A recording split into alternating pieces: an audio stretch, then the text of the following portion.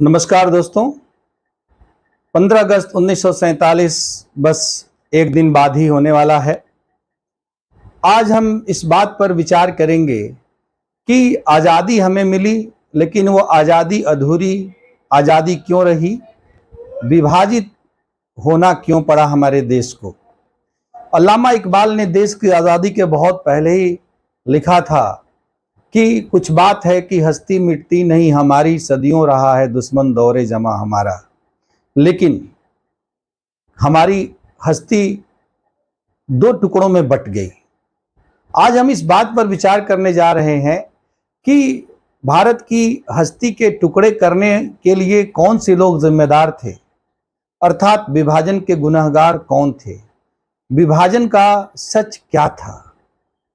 आज की पीढ़ी को विभाजन की वास्तविक सच्चाई शायद पूरी तरह से पता नहीं है, क्योंकि विभाजन को लेकर के बहुत अधिक मतभेद भी रहे हैं और अलग अलग ढंग से लोग विभाजन के इतिहास को व्याख्यायित करते रहे हैं। हम बहुत ही स्पष्ट रूप से इस बात की आज विवेचना करेंगे।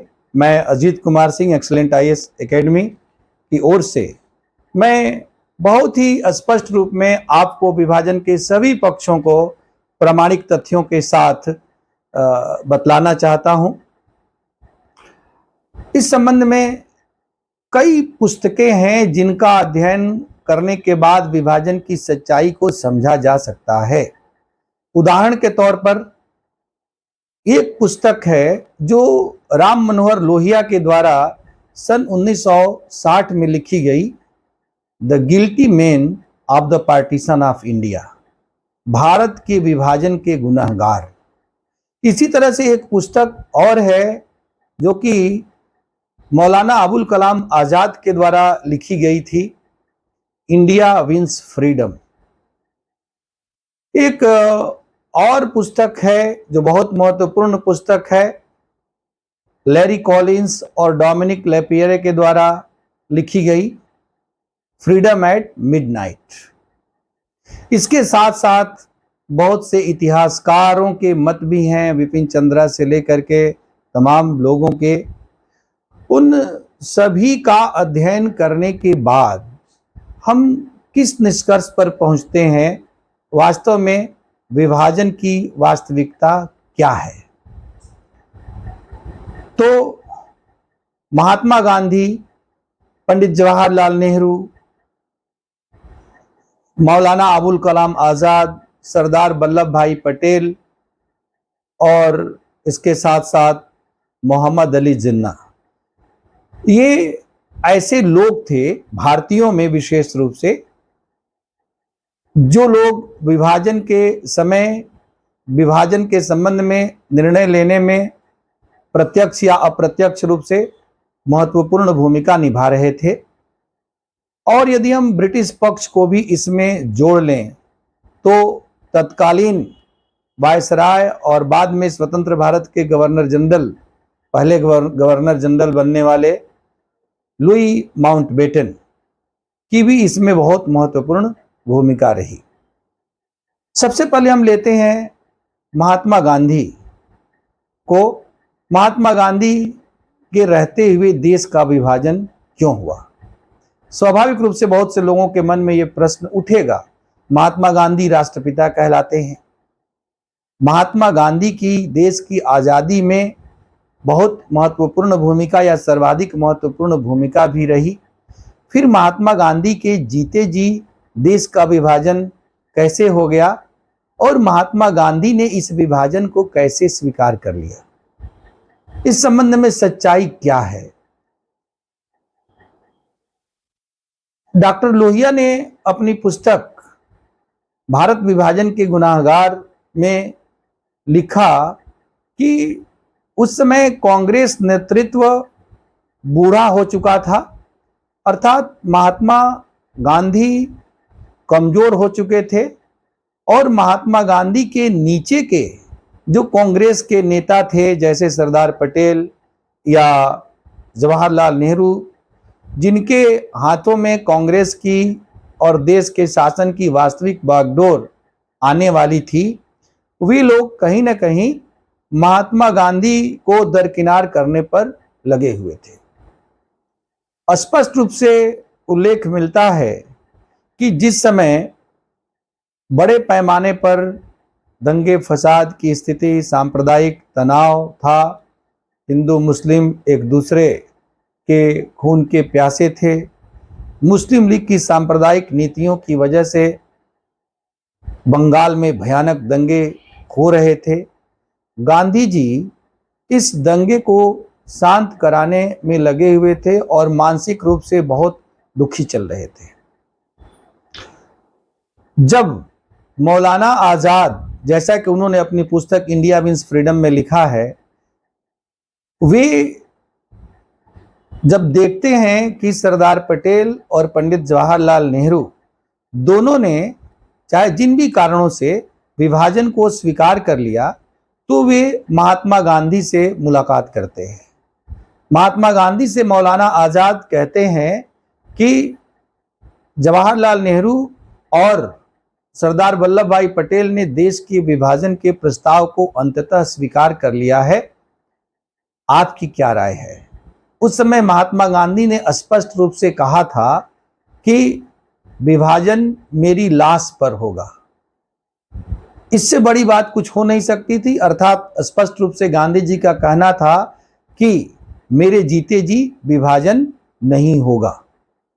यहां तक कि गांधी जी ने स्पष्ट रूप से कहा था कि 30 करोड़ हिंदुओं को जिन्ना की इच्छा के अनुसार छोड़ दिया जाए, जिन्ना को ही देश का प्रधानमंत्री बना दिया जाए, जिन्ना को अपनी मन मर्जी से अपना मंत्रिमंडल गठित करने की इजाजत दे दी जाए, लेकिन देश का विभाजन नहीं होना चाहिए।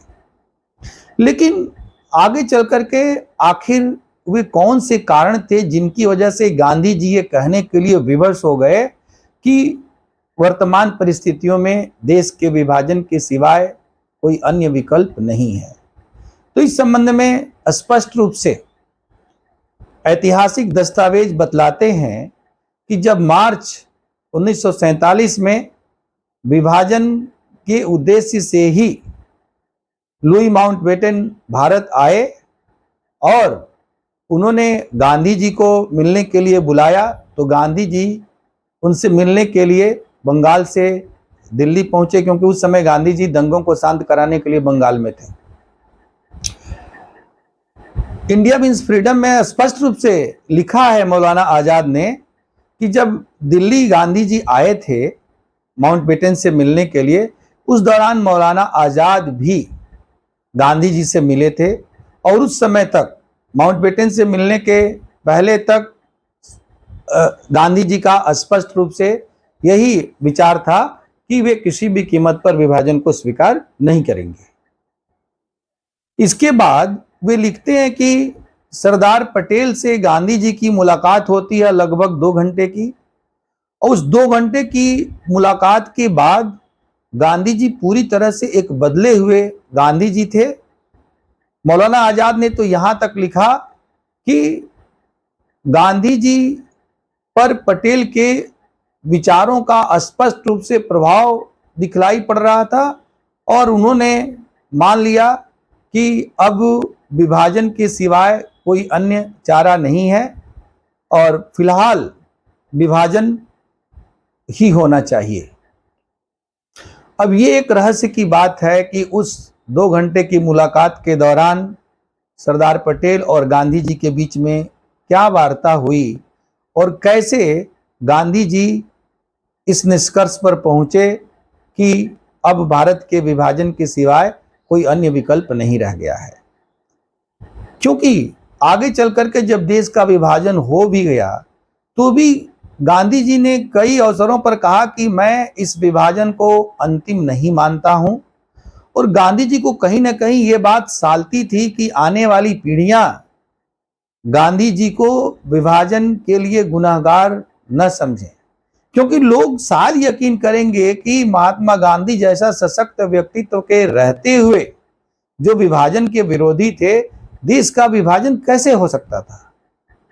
मनुबेन को लिखे गए अपने एक पत्र में गांधी जी ने स्पष्ट रूप से इस बात का उल्लेख किया कि मैं नहीं चाहता कि लोग इस बात के लिए मुझे दोषी माने कि मैं विभाजन को नहीं रोक पाया या किसी रूप में मैं विभाजन के लिए दोषी था। दरअसल यदि हम और गहराई में जाते हैं तो उस समय की जो परिस्थितियां थी, उन परिस्थितियों के देखते हुए गांधी जी अब पूरी तरह से विवश हो गए थे और अपने पूर्ववर्ती विचार को बदलने के सिवाय उनके पास कोई विकल्प नहीं था।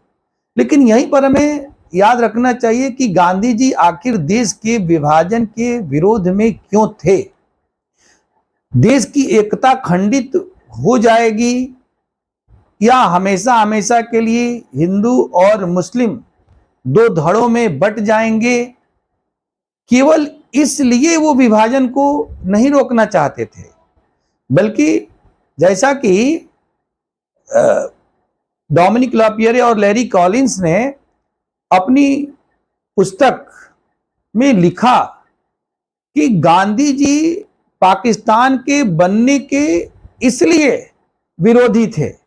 फ्रीडम एट मिडनाइट में लापियरे और लैरी कॉलिंस साफ तौर पर लिखते हैं कि गांधी जी पाकिस्तान के बनने और देश के विभाजन के लिए इसलिए ज्यादा विरोधी थे कि पाकिस्तान बन भी जाएगा तो आने वाले सैकड़ों सालों तक देश के बंटवारे के बावजूद भी भारत और पाकिस्तान के बीच बहुत ही कटुतापूर्ण संबंध होंगे और जिस लड़ाई झगड़े को टालने के लिए इस विभाजन को किया जा रहा है, देश के टुकड़े हो रहे हैं, वो समस्या आगे भी बनी रहेगी। इतिहास इस बात का साक्षी है कि गांधी जी यहां पर अपने विचारों में सही दिखलाई पड़ते हैं, क्योंकि विभाजन होने के साथ ही सन 1947-48 में ही पाकिस्तान के साथ हमारी पहली लड़ाई हो गई और फिर उसके बाद 1965 में, 1971 में और फिर 1999 में लड़ाइयां हुई। तो चार लड़ाइयां हो चुकी और लगातार ही तनावपूर्ण संबंध भारत पाकिस्तान के बीच बने रहे और आज भी वही स्थिति है। पाकिस्तान बार बार भारत को नए नए जख्म देता रहता है। तो ये तो विभाजन के संबंध में गांधी जी का नजरिया था। गांधी जी किसी भी दिल से भारत का विभाजन नहीं चाहते थे। वर्तमान पीढ़ी को स्पष्ट रूप से इस संबंध में जानना चाहिए। हालांकि बहुत से लोग पूर्वाग्रह ग्रस्त होकर के विभाजन के लिए गांधी जी को दोषी मानते हैं। गांधी जी हो सकता है कि एक सीमा तक मुस्लिम तुष्टीकरण के लिए दोषी रहे हों, लेकिन जहां तक देश के विभाजन की बात थी, गांधी जी यहां तक तैयार थे कि जिन्ना कोई चाहे प्रधानमंत्री बना दिया जाए, सारे हिंदुओं को मुस्लिम शासन के अधीन कर दिया जाए, लेकिन देश का विभाजन न होने पाए।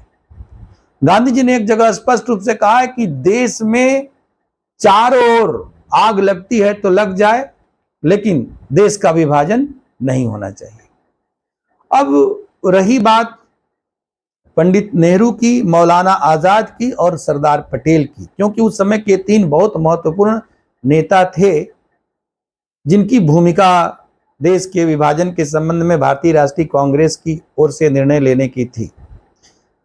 पंडित जवाहरलाल नेहरू भी भारत की विभाजन के पक्ष में नहीं थे, लेकिन जब उनको ये लगा कि जिन्ना किसी भी कीमत पर देश के विभाजन को छोड़ने के लिए सहमत नहीं होंगे, तो अंत में उन्होंने भी विभाजन के संबंध में अपनी स्पष्ट राय बना ली।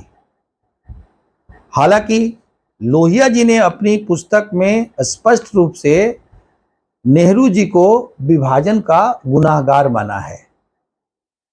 यहां तक कि मौलाना आजाद ने इंडिया विंस फ्रीडम में भी एक सीमा तक नेहरू जी को विभाजन का गुनाहगार माना है। लोहिया ने तो स्पष्ट रूप से लिखा है कि नेहरू जी अब बूढ़े हो रहे थे और पदलोलुपता भी उनमें बढ़ गई थी, इसलिए देश का विभाजन होता हो तो हो जाए, लेकिन उन्हें सत्ता का सुख प्राप्त हो, इसके लिए वे विभाजन को स्वीकार करने पर तैयार हो गए थे। लोहिया जी ने तो यहां तक लिखा कि आश्चर्य होता है कि इतने साधारण और इतने छोटे लोग देश के आजादी और देश के बंटवारे के संबंध में इतने महत्वपूर्ण निर्णय लेने की स्थिति में कैसे पहुंच गए। ये लोग तो इस लायक थे ही नहीं। पंडित जवाहरलाल नेहरू को इंडिकेट करते हुए लोहिया जी ने स्पष्ट रूप से इस बात को लिखा है। फिर वो आगे लिखते भी हैं कि शायद ऐसा इसलिए हुआ कि अपने समय के सबसे महानतम व्यक्ति महात्मा गांधी की कृपा उनके ऊपर थी, या महात्मा गांधी का वरदान उनको प्राप्त था, और जिसकी वजह से वो इतनी महत्वपूर्ण भूमिका प्राप्त कर पाए कि भारत के भविष्य का वो निर्धारण कर पाए। अन्यथा पंडित नेहरू के व्यक्तित्व में ऐसी कोई खास बात नहीं थी कि वो भारत की तकदीर और तस्वीर को निर्धारित करने की निर्णायक भूमिका में आए। यदि किसी को शक हो तो भारत विभाजन के गुनाहगार पुस्तक लोहिया जी की लिखी हुई हर जगह मौजूद है, हिंदी अंग्रेजी दोनों में, आप उसको पढ़ सकते हैं। उसके माध्यम से आप तथ्यों को जान सकते हैं। जहां तक सरदार वल्लभ भाई पटेल की बात है, तो सरदार वल्लभ भाई पटेल भी एक समय के बाद पूरी तरह से विभाजन के लिए तैयार थे। नेहरू जी से भी कहीं अधिक स्पष्ट मत विभाजन के संबंध में सरदार पटेल का निर्मित हो गया था। जब उन्होंने जिन्ना के एकदम अड़ियल रुख को देखा और अंतरिम मंत्रिमंडल के अंतर्गत मुस्लिम लीग के वित्त मंत्री लियाकत अली के रुख को देखा, तो सरदार पटेल का मन अत्यंत खट्टा हो गया और उन्होंने कहा कि अब विभाजन ही होना चाहिए और कोई चारा नहीं है। क्योंकि अंतरिम मंत्रिमंडल के अंतर्गत सरदार पटेल भी थे और मुस्लिम लीग की ओर से लियाकत अली भी थे। लियाकत अली वित्त मंत्री थे। किसी भी प्रस्ताव को वित्त मंत्रालय से स्वीकृति लेनी होती थी। सरदार पटेल इस बात से बहुत आजिज आ गए थे कि उनके द्वारा लिए गए किसी भी निर्णय के संबंध में वित्त मंत्री के रूप में लियाकत अली के द्वारा मीन मेख निकाली जाती थी, अड़ंगा डाला जाता था या अपनी स्वीकृति देने से मना किया जाता था। इससे सरदार पटेल व्यक्तिगत रूप से मुस्लिम लीग और लियाकत अली के प्रति बहुत अधिक खींच गए थे और उन्होंने कहा कि इन लोगों के रहते हुए अब देश का शासन चलाना संभव नहीं होगा, इसलिए विभाजन कर देना चाहिए। और इस प्रकार से स्पष्ट रूप से सरदार पटेल विभाजन के पक्ष में हो गए थे। तो नेहरू जी और सरदार पटेल ये दोनों लोग विभाजन के पक्ष में थे। अब बात आती है मौलाना आजाद की। ऐसा स्पष्ट रूप से खुद अपनी आत्मकथात्मक पुस्तक इंडिया विंस फ्रीडम में मौलाना आजाद लिखते हैं कि वे किसी भी कीमत पर विभाजन के पक्ष में नहीं थे और जब उन्होंने देखा कि नेहरू जी और सरदार पटेल दोनों ही विभाजन के लिए तैयार हो गए हैं, तो आशा की एकमात्र किरण के रूप में मौलाना आजाद के लिए गांधी जी बचे थे। तो वो गांधी जी से मिले। गांधी जी ने उन्हें आश्वासन दिया कि नहीं, विभाजन किसी भी कीमत पर नहीं होगा। लेकिन जैसा मैं पहले बताया कि अंततः गांधी जी भी उन परिस्थितियों में विवश होकर के विभाजन को स्वीकार करने के लिए तैयार हो गए थे। जहां तक जिन्ना की बात थी, तो जिन्ना ने तो स्पष्ट रूप से जो लाहौर प्रस्ताव पारित किया गया था सन 1940 में, उसमें पाकिस्तान की मांग एक तरह से रख दी। हालांकि उसमें पाकिस्तान शब्द का प्रयोग तो कहीं पर नहीं किया गया था। और समय के साथ जिन्ना का स्पष्ट मत था कि देश की आजादी से भी अधिक महत्वपूर्ण है देश का विभाजन। आजादी के विषय पर कोई भी निर्णय होने के साथ साथ या उससे पहले ही विभाजन पर निर्णय हो जाना चाहिए। इसीलिए जब भारतीय राष्ट्रीय कांग्रेस के द्वारा भारत छोड़ो आंदोलन किया गया, क्विट इंडिया मूवमेंट, तो उस समय मुस्लिम लीग ने और मोहम्मद अली जिन्ना ने कहा था कि फर्स्ट डिवाइड देन क्विट, पहले भारत का विभाजन करो और तब भारत छोड़ करके जाओ। कई लोग ये कहते हैं कि जिन्ना केवल भारत के संविधान में या आजाद भारत में अल्पसंख्यक मुस्लिम समुदाय के लिए अधिक से अधिक अधिकार सुरक्षित करना चाहते थे, इसीलिए वो बार्गेनिंग टर्म्स पर भारत के विभाजन की बात करना चाह रहे थे कि कांग्रेस के लोग मुस्लिम लीग की विभाजन की इस बात को तो स्वीकार करेंगे नहीं, इसलिए मुसलमानों के लिए संविधान में अधिक से अधिक अधिकार संरक्षित रखेंगे। इससे उनकी मुसलमानों के लिए अधिक से अधिक अधिकार भी मिल जाएंगे और देश का विभाजन भी रुक जाएगा। एक दो जगह दस्तावेजों में ऐसा मिलता है कि जब जिन्ना ने ये सुना कि मुस्लिम लीग, भारतीय राष्ट्रीय कांग्रेस, पंडित नेहरू, जवाहरलाल नेहरू और इसके साथ साथ सरदार वल्लभ भाई पटेल स्पष्ट रूप से विभाजन के लिए तैयार हो गए हैं, तो उस जमाने में जिन्ना ने कहा था कि हैव दे गॉन मैड, क्या ये लोग पागल हो गए हैं। और कई लोग इसका अर्थ ये लगाते हैं कि शायद जिन्ना को भी यकीन नहीं था कि पंडित नेहरू और सरदार पटेल जिन्ना के विभाजन की मांग को इतनी आसानी से मान लेंगे। लेकिन अब इन सब चीज़ों का कोई उचित आधार नहीं है, और यदि हम संपूर्ण घटनाक्रम को देखते हैं तो ये मानने का भी कोई आधार नहीं है कि जिन्ना केवल बार्गेन करना चाह रहे थे और भारत का विभाजन नहीं चाह रहे थे। वास्तव में जिन्ना का स्पष्ट रूप से द्विराष्ट्रवाद का सिद्धांत था और उस सिद्धांत के आधार पर मुसलमानों के लिए वो अलग देश बनाना चाहते थे। लेकिन मौलाना आजाद ने अपनी पुस्तक में स्पष्ट रूप से लिखा है कि भारत के विभाजन का मूल कारण धर्म नहीं था, और जिन्ना भी इस बात को समझ रहे थे। जिन्ना ने केवल धर्म की आड़ ली। भारत के विभाजन का मूल कारण धर्म न होकर के राजनीति थी। जिन्ना की राजनीतिक महत्वाकांक्षा भारत में, भारत के संगठित रहते हुए, पंडित नेहरू, सरदार पटेल जैसे नेताओं के रहते हुए जिन्ना की राजनीतिक महत्वाकांक्षाएं संतुष्ट होने वाली नहीं थी। इसलिए जिन्ना पाकिस्तान बनाना चाहते थे, न कि मुसलमानों के हितैषी के रूप में वे पाकिस्तान बनाना चाहते थे। ये एक सर्वविदित तथ्य है कि जिन्ना एक कन्वर्टेड मुसलमान थे, हिंदू से मुसलमान बने थे, और इसके साथ साथ वो कोई बहुत कट्टर मुसलमान नहीं थे। वो उनका वेशभूषा, रहन सहन, खान पान, यहाँ तक कि विदेशी गैर मुस्लिम से शादी, ये सारी बात। एक जगह तो लिखा गया है कि जिन्ना शायद ही कभी मस्जिद में गए हों या जाते हों। हालांकि अंतिम समय में अपने पक्ष में कट्टर मुस्लिम समुदाय को करने के लिए वह इस्लाम के कट्टर फॉलोअर होने लगे थे, लेकिन उनका जो अधिकांश जीवन है वो बहुत ही लिबरल था।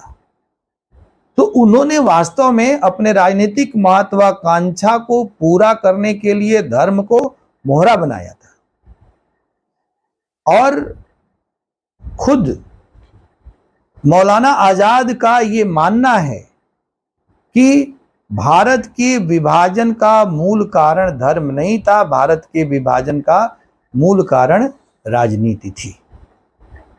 हम सबको पता है कि मौलाना आजाद अंत तक भारत के विभाजन के पक्ष में नहीं थे। यहाँ तक कि लोहिया जी ने भी अपनी पुस्तक में, एक और राज खन्ना की एक प्रसिद्ध पुस्तक है विभाजन के संबंध में, उन्होंने भी इस बात को लिखा है कि जिस समय देश के विभाजन के संबंध में निर्णय लेने के लिए जून 1947 में कांग्रेस मुख्यालय के भीतर लगातार 2 दिनों तक मीटिंग चल रही थी, ठसाठस लोग भरे हुए थे, उस दौरान मौलाना आजाद एक कोने में बैठ करके लगातार सिगरेट फूंकते रहे थे और खामोश बने रहे। ऐसा लग रहा था कि मानो वह इस संपूर्ण चर्चा परिचर्चा से असहमत थे या देश के विभाजन का जो निर्णय लिया गया था उस विभाजन से वो बहुत अधिक सदमे में थे। कुछ लोग ये भी कहते हैं कि शायद मौलाना आज़ाद अपने व्यक्तित्व को कहीं आवश्यकता से अधिक आंकने लगे थे, क्योंकि द्वितीय विश्व युद्ध के दौरान कांग्रेस कार्यकारिणी की बैठकें नहीं हो पाई थी, वार्षिक अधिवेशन नहीं हो पाए थे और लगातार वह 5-6 सालों तक कांग्रेस के अध्यक्ष रहे थे और इस कारण से वे अपने आप को कुछ बड़ा मानने लगे थे। फिलहाल ये तो एक अलग बात है, लेकिन मौलाना आज़ाद का स्पष्ट रूप से ये मानना था कि विभाजन नहीं होना चाहिए था, लेकिन अंततः विभाजन हुआ। लोहिया जी ने कई चीज़ों को भारत के विभाजन के कारण के रूप में माना और कई तत्वों और कई पक्षों और लोगों को विभाजन के लिए गुनहगार के रूप में माना। एक तो सर्वविदित है अंग्रेजों की डिवाइड एंड रूल की पॉलिसी, अंग्रेजों की फूट डालो की नीति, उसको लोहिया जी भी स्वीकार करते हैं। इसके साथ साथ मुस्लिम लीग की जो कपट नीति थी उसको भी लोहिया जी मानते हैं। इसके साथ साथ लोहिया जी ने स्पष्ट रूप से लिखा कि गांधी जी की जो अहिंसा की नीति थी वह भी भारत की विभाजन के लिए एक सीमा तक जिम्मेदार रही। उन्होंने यह भी लिखा कि हिंदूवादी अहम, अर्थात हिंदुओं में से बहुत से लोगों का अपने प्रति श्रेष्ठता का, अहम का भाव और जिसकी वजह से मुसलमानों में उनके विरुद्ध दुराव की स्थिति पैदा हुई, जैसा कि खुद लोहिया जी लिखते हैं। क्योंकि लोहिया जी एक पूर्णतः गैर सांप्रदायिक व्यक्ति थे, उनकी अपनी एक अलग चिंतन धारा थी, एक समाजवादी चिंतक विचारक थे, इसलिए एक निरपेक्ष दृष्टि से उन्होंने इस बात को लिखा कि हिंदुओं का अहम भी विभाजन के लिए एक जिम्मेदार कारण रहा। और इसके साथ साथ वो लिखते हैं कि जो कांग्रेस नेतृत्व था, अर्थात उनका इशारा पंडित जवाहरलाल नेहरू की ओर है, वह उस समय तक अत्यंत बूढ़ा हो चुका था और इसके साथ साथ पद लोलुप भी हो चुका था। इसके साथ साथ वो ये भी लिखते हैं कि जो देश का अधिकांश समुदाय था, विशेष रूप से हिंदू समुदाय, उसमें इस मुद्दे पर जागरूकता का अभाव था या उसमें असामर्थ्य की स्थिति थी और ये सारे कारण मिल करके भारत की विभाजन के लिए उत्तरदायी बनते हैं। अब प्रश्न ये उठता है कि अंग्रेज जिन्होंने कि स्पेशली लॉर्ड माउंटबेटन को इंग्लैंड से भारत भेजा था, क्या वे ऐसा चाहते थे कि भारत का विभाजन न होने पाए? और यदि वे ऐसा नहीं चाहते थे तो ये सारे भारत के नेता, चाहे वो भारतीय राष्ट्रीय कांग्रेस के हों या मुस्लिम लीग के लोग हों, भारत विभाजन नहीं भी चाहते तो क्या भारत का विभाजन रुक सकता था? तो दरअसल लुई माउंटबेटन को भारत भेजा ही इसीलिए गया था कि भारत का शांतिपूर्ण ढंग से विभाजन हो सके। अर्थात अंग्रेज पहले से ये मान करके चल रहे थे कि भारत का विभाजन होगा। हालांकि माउंटबेटन जब भारत आए तो क्रम से पहले वो महात्मा गांधी से मिलते हैं, फिर नेहरू जी से मिलते हैं, फिर पटेल से भी मिलते हैं और जिन्ना से भी मिलते हैं। और माउंटबेटन ने लिखा कि हे भगवान, ये आदमी कैसा है, जिन्ना के बारे में लिखते हैं कि हे भगवान, बर्फ की तरह से ठंडा है, इसको पिघलाने में हमारी सारी कोशिशें लग गई, फिर भी मैं इसको पिघला नहीं पाया। जिन्ना के अड़ियल रुख के बारे में स्पष्ट रूप से माउंटबेटन लिखते हैं। तो इससे शायद ये संकेत मिलता है कि क्या माउंटबेटन जिन्ना को मना करके भारत के विभाजन को रोकना चाह रहे थे या वे केवल औपचारिकता पूरी कर रहे थे? दरअसल सारी बातों का ब्रिटिश पक्ष से देखा जाए तो लब्बो-लुबाब यही है कि अंग्रेज भारत का विभाजन करना चाह रहे थे और वास्तव में भारत का विभाजन अंग्रेजों की गलत नीतियों का परिणाम ही था, जिस बीज को उन्होंने सन 1857 के विद्रोह के बाद से ही बोना शुरू किया था। उसी बीज से तैयार हुए विश्व वृक्ष के फल के रूप में ये भारत का विभाजन सामने आया था। लेकिन प्रत्यक्ष रूप से वे अपने को भारत के विभाजन का दोषी नहीं दिखलाना चाहते थे, इसीलिए उन्होंने सभी पक्षों से बात करने का दिखावा किया और अंततः उन्होंने ये प्रमाणित किया कि खुद भारतीय ही भारत का विभाजन करना चाहते हैं और इसलिए अंग्रेज भारत के विभाजन का निर्णय ले रहे हैं।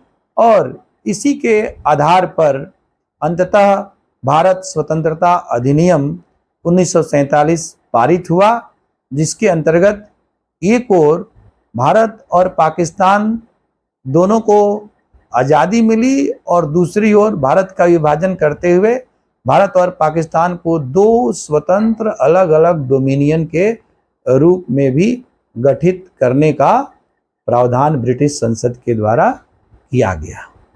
तो ये है विभाजन का इतिहास। मैं चाहूँगा कि इस संबंध में आप सब अपने विचार व्यक्त करें। इस चैनल को अधिक से अधिक सब्सक्राइब करें। हमने एक बात यहाँ पर जिक्र जानबूझ करके नहीं किया कि डॉक्टर अंबेडकर के विचार विभाजन के संबंध में क्या थे, क्योंकि मैंने इस संबंध में अलग से एक अपने इसके ठीक पहले वाले वीडियो में विस्तार से बतलाया कि डॉक्टर अंबेडकर की 1940 में लिखी गई एक पुस्तक है पाकिस्तान और पार्टीशन ऑफ इंडिया, और उसमें डॉक्टर अंबेडकर ने स्पष्ट रूप से माना था कि हिंदू और मुसलमान एक साथ उस समय की परिस्थितियों में नहीं रह सकते थे जिस प्रकार का वातावरण था, और इसलिए विभाजन कर देना ही ठीक था। विभाजित हिंदुस्तान अधिक मजबूत, अधिक संगठित और एक सशक्त राष्ट्र के रूप में होगा। तो इस प्रकार से अंतिम निष्कर्ष के रूप में देखते हैं तो पंडित नेहरू, सरदार पटेल और महात्मा गांधी की तरह से डॉक्टर अंबेडकर का भी यही निष्कर्ष था कि उस समय की परिस्थितियों में विभाजन हो जाना चाहिए था।